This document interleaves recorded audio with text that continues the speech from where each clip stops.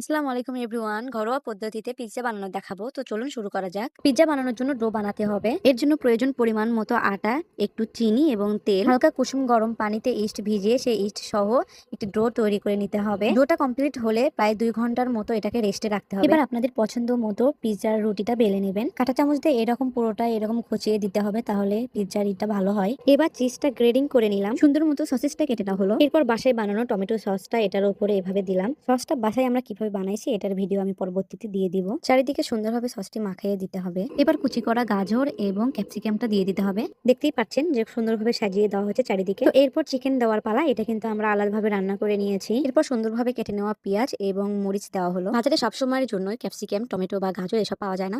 তো আপনারা যদি সিজনের সময় কিনে ফ্রিজে রাখেন, সারা বছর কিন্তু এভাবে ব্যবহার করতে পারবেন। এবার দিলাম গ্রেডিং করা চিজ। সুন্দর মতো সসেসটা দিয়ে দেওয়া হলো। এবার এটার ওপর অরিগানো সুন্দরভাবে ছিটিয়ে দিতে হবে। অরিগানো দেওয়ার জন্য কিন্তু টেস্টটা আরো বেশি হয় পিৎজার। সবশেষে দিয়ে দিবেন ঘুরিয়ে পিছিয়ে একটু সয়াবিন তেল। তো আমাদের পিৎজাটা সাজানো হয়ে গেছে। এবার আমরা একটা প্যানে বসিয়ে দিব। তো আপনারা কিন্তু ফ্রাই প্যানে কখনো পিৎজাটা দিবেন না। পিৎজাটা দেওয়ার কারণে কিন্তু ফ্রাই প্যানটা নষ্ট হয়ে যায়। কিছুক্ষণ জ্বালানোর পর এটা হালকা ভাবে একটু নাড়াই দিবেন, এতে করে আপনার পিৎজাটা কড়াইয়ের সাথে লেগে যাবে না। ফাইনালি আমাদের পিৎজাটা রেডি। এখন আমরা খাওয়া দাওয়া করবো। এবার পরিবেশনের পালা। চাপাতি দিয়ে সুন্দরভাবে কেটে নেওয়া হচ্ছে।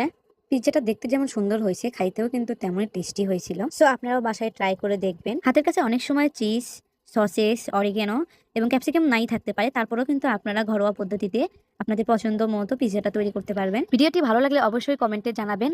আর সবাই ভালো থাকবেন। আল্লাহ হাফেজ।